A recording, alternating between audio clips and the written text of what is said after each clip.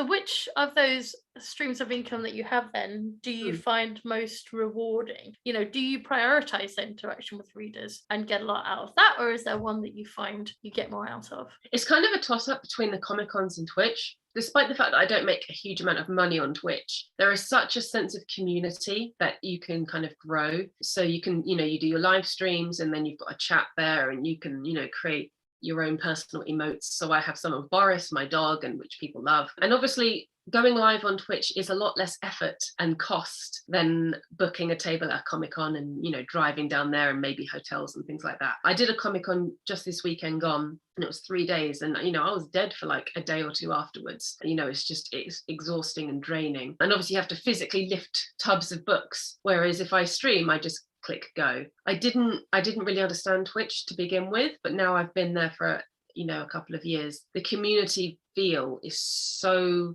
real and so strong. I get so much out of it. Like some of the people that follow me, they're not even readers or into books or whatever, but then they learn that I'm an author and they follow the journey and they buy books. And it's, I don't know, you just, like, a Comic-Con is great, but you only get that interaction for a couple of minutes and then they've walked off. Whereas on Twitch, people come back week after week after week. The community vibe, it really can't be understated. I moderate in lots of people's channels now, or there's VIPs and things like that. So I'd probably say it's a tie between the events and Twitch in terms of like my own personal enjoyment. For our listeners who aren't aware though, just to clarify, Twitch is an online streaming service, most popularly known for gamers streaming, I think, but there are certainly lots of other content on there. On Twitch, I know you do a Manuscript Monday stream, which I have seen a couple of times. Can you just tell us a bit about what that's for, what you do on it, what kind of engagement do you get?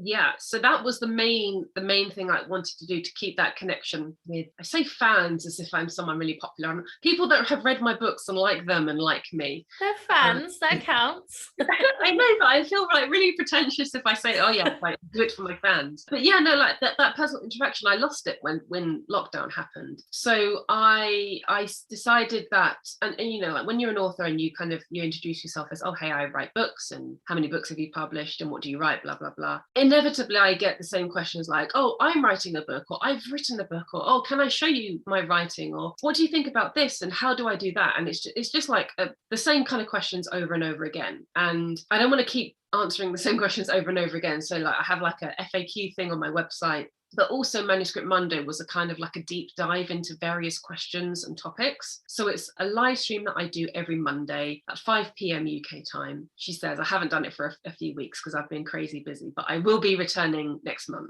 But it's basically about an hour long. Some are shorter and some are longer, but I aim for about 60 minutes. And it could be anything to do with like the craft of writing. So how do you make your villains better? How to add conflict, and what even is conflict, and why is it important, and how to write endings and things like that. So kind of like crafty writing topics, but also the whole behind the scenes aspect of publishing and being an indie author and kind of what goes into that. So I have sort of practical guides from step by step, how to upload your ebook on Amazon, or how to work with audiobook narrators and things like that, as well as, how to get reviewers on board with advanced reader copies, what bestseller means and how to get it, and, kind of everything that you can think of, like, to do with the publishing side of it. So whether you are a writer or an aspiring author, you've got like the craft kind of aspect, which is always really useful because it's like, oh, I didn't think about world building in that way before, but you're an epic fantasy writer, maybe there's something there, as well as the whole indie side of things. And the comments that I get all the time is, oh wow, I didn't realize, or I didn't know about that. And I'm like, well, of course, why would you?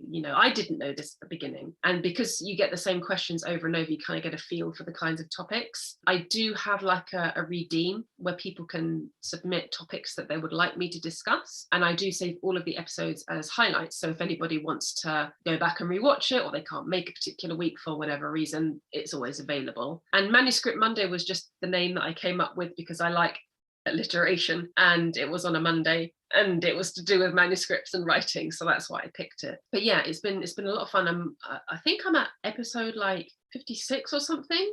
So if it's one a week, it's been going for over a year now. I do skip some weeks if I'm unwell or something's happened, but I try to do it every week. And every week people keep turning up, so which baffles me, but I guess they find it entertaining or interesting, or they get something out of it.